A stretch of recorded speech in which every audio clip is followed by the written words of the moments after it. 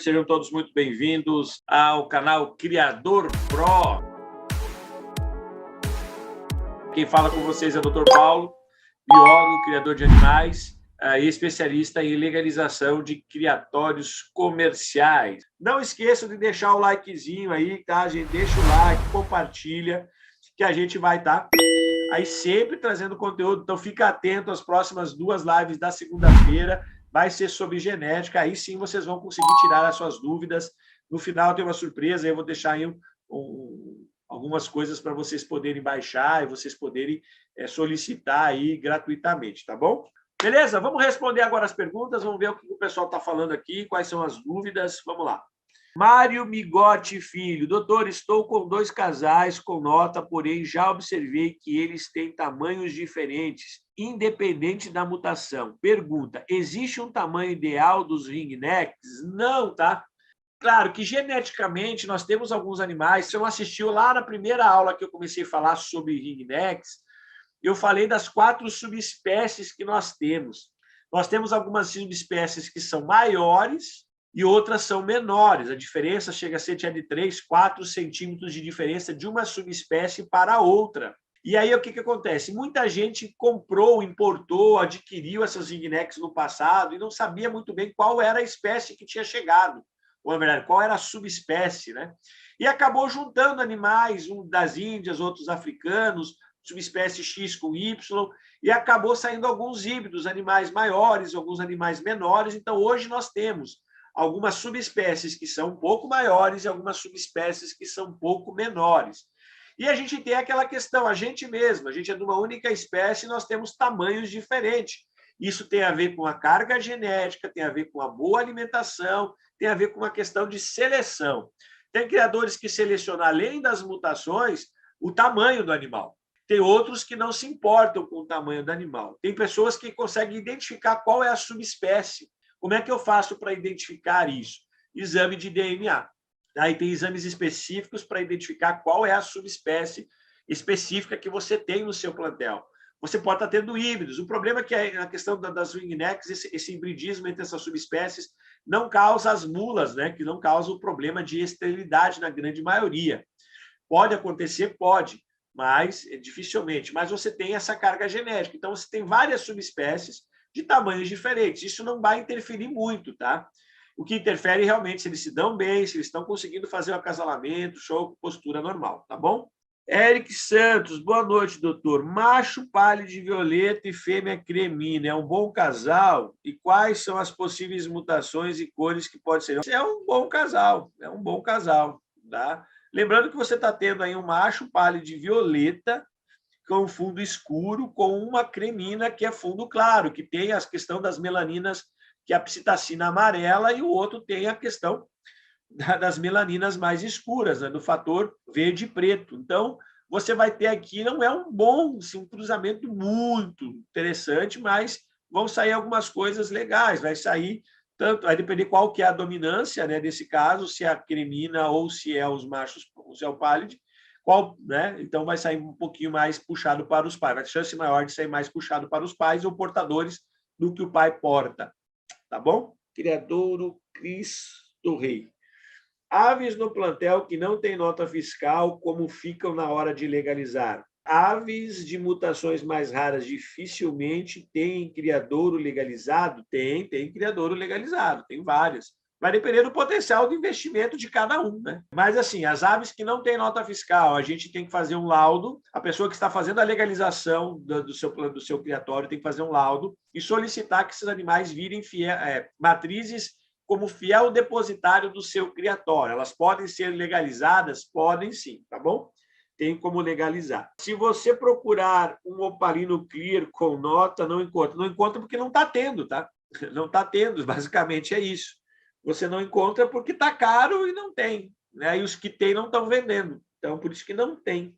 Mas existe, tá, gente? Tem sim criatórios. Claro que aqueles criatórios que não são legalizados, alguns têm para vender, alguns têm para oferecer. Mas as pessoas nem estão comprando, porque depois vai ter problema na hora de legalizar esses animais. Kit Aparecida. Uma dúvida. Eu tinha um casal que não galou ovos, mas a fêmea fugiu, ambos adultos. Qual a minha dificuldade para apresentar uma fêmea nova ao macho. Aquilo que eu acabei de explicar, Kittia. Você botar numa gaiola que tenha divisórias, coloca o macho e a fêmea e deixa os dois por 2, 3, 4 meses e você tem que observar. É muito fácil eles aceitarem, tá? Se eles ficarem isolados, um vendo o outro, como a divisória, eles vão formar casal. É muito raro não formar, tá? Mas se formam sim. Pode acontecer de não formar, mas eu tenho calopsitas, é um pouquinho diferente, é mais tranquilo, tá? O senhor aconselha a comprar matrizes jovens ou matrizes adultas? Bom, aí vai depender da sua velocidade aqui, o seu planejamento do seu criatório. Se você quer ter resultados rápidos, já quer ter filhotes, a poder vender, comprar adultos. Só que comprar adultos são mais caros. Filhotes, às vezes, você consegue comprar mais barato e você tem todo um tempo, né, de no mínimo 2 anos e meio a 3 anos, para eles começarem a dar resultado. Né? Então, demora um pouquinho, né, para você poder ter resultado. Então, vai do seu planejamento e do qual é o resultado que você quer ter. Se você quer ter nessa temporada, você vai ter que comprar casais adultos. Se comprar casais filhotes, só daqui 2 anos, né? Depende da idade desses filhotes, né? Então tem que tomar muito cuidado e comprar filhotes realmente sexados, tá? Não façam a besteira de não comprar filhotes sexados. Ou se comprou, faça a sexagem. Que pode acontecer, criadores já antigos se enganam, deixam os filhotes, acabam não olhando a anotação junto e junta 2 machos. Ou junta 2 fêmeas e fica lá uma temporada, 2 e não vira nada, porque eles não têm o colar, não está definido, né? E pode acontecer de um engano, né? De serem 2 machos ou 2 fêmeas. Já aconteceu de você montar um casal, você ter o certificado de sexagem e você deixar lá, não criou 2 anos a fio, você vai ver 2 fêmeas ou 2 machos, tá? A idade dos animais facilita ou dificulta a montagem de casais e o número de filhotes? Quanto mais jovem, mais filhotes, ou quanto mais velhos, mais filhotes? Excelente pergunta. Excelente pergunta. Casais jovens, que nem assim, pega a gente, né? A gente é muito mais folgoso, é muito mais ativo, né? Quer namorar várias ao mesmo tempo. E a gente tem um pouquinho mais de questão hormonal quando a gente é jovem. Pode ter o temperamento, mas os casinhos, né, que são animais que vivem muito tempo, entre 35 e 40 anos. Quanto mais velhas, maior é a chance de você ter maior número de filhotes, maior número de mutações com o passar do tempo, tá? E as mutações, elas podem acontecer ao acaso. O animal não precisa ser um portador, ele pode, de um momento para outro, através de um processo que a gente chama de recombinação gênica durante a gametogênese, gerar uma nova mutação. E essa mutação ela pode ser espontânea e ela pode ser muito bem recebida dentro do seu plantel e você pode desenvolver essa nova mutação. A gente sabe que quanto mais velhas, temos algumas ringnex fêmeas que a partir do 13º, 14º, 15º ano, elas criam um colar parecido com um macho. E quanto mais velhas, eu tenho uma atriz aqui com 17, 18, 20 anos, que elas reproduzem, a gente está conseguindo chegar até 3 ninhadas no ano de alguns casais. Lembrando que você pode ter 1, 2, até 3 posturas no ano, dependendo da carga genética, dependendo do seu manejo, dependendo de uma série de fatores que a gente falou nas outras aulas ali, tá bom? Mas é muito interessante, sim. Casais jovens, elas tendem a dar uma reprodução, em algum período elas podem dar uma caída, quando chegam aí entre e depois elas firmam e aumentam a fertilidade. Lembrando que você tem que cuidar muito da questão hormonal, tá? Você tem que ter um certo cuidado. Os animais podem ter bloqueio hormonal, podem entrar em tipo menopausa por um período, retornar devido ao estresse, alguma doença patológica. Dentro da plataforma Criador Pro, nós temos vários artigos que a gente traz, vários livros. A gente vai estar disponibilizando uma série de livros importados, que a gente está fazendo todo o trabalho de tradução desses livros importados.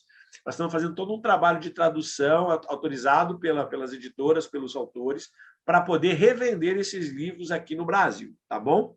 Nós estamos fazendo algumas compilações bem interessantes com assuntos fantásticos.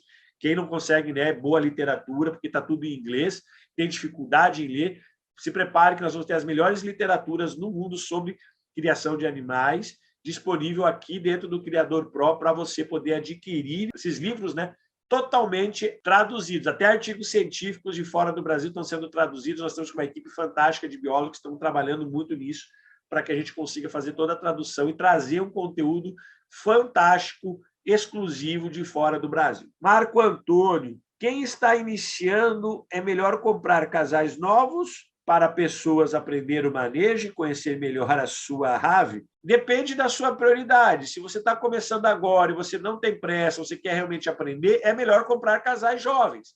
O problema do casal jovem é que assim, eles só vão realmente entrar na época reprodutiva a partir do segundo ano.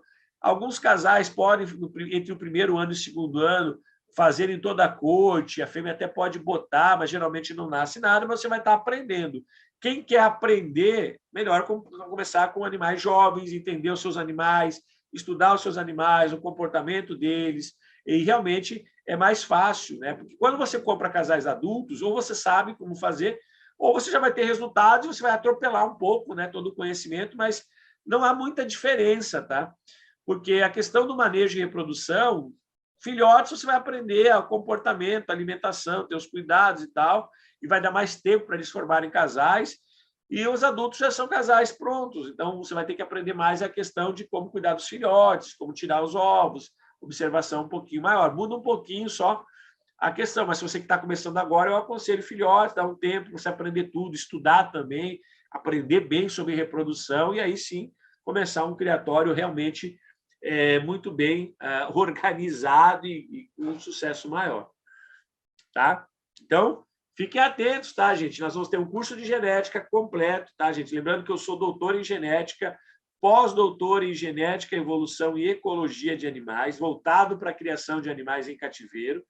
A gente tem vários trabalhos publicados, a gente trabalha muito com a parte genética de psitacídeos, de passarinhos, todos os animais criados em cativeiros. O meu criatório, basicamente, é um centro de pesquisa, por isso que a gente não mostra o nosso criatório, porque é um centro de pesquisa, são coisas novas, a gente trabalha aí com parceria fora do Brasil, então a gente tem umas certas limitações para a gente estar fazendo.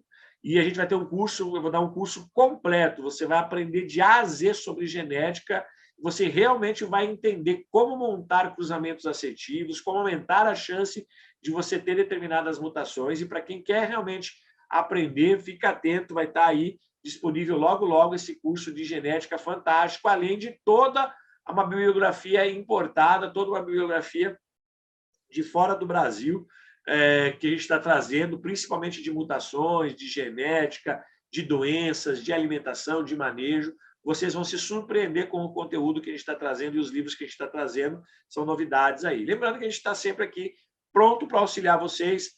Mário Mignoto Filho, o que influencia mais em uma criação? As estações do ano ou a temperatura? Basicamente, o fotoperiodismo e a temperatura. Basicamente é isso, tá?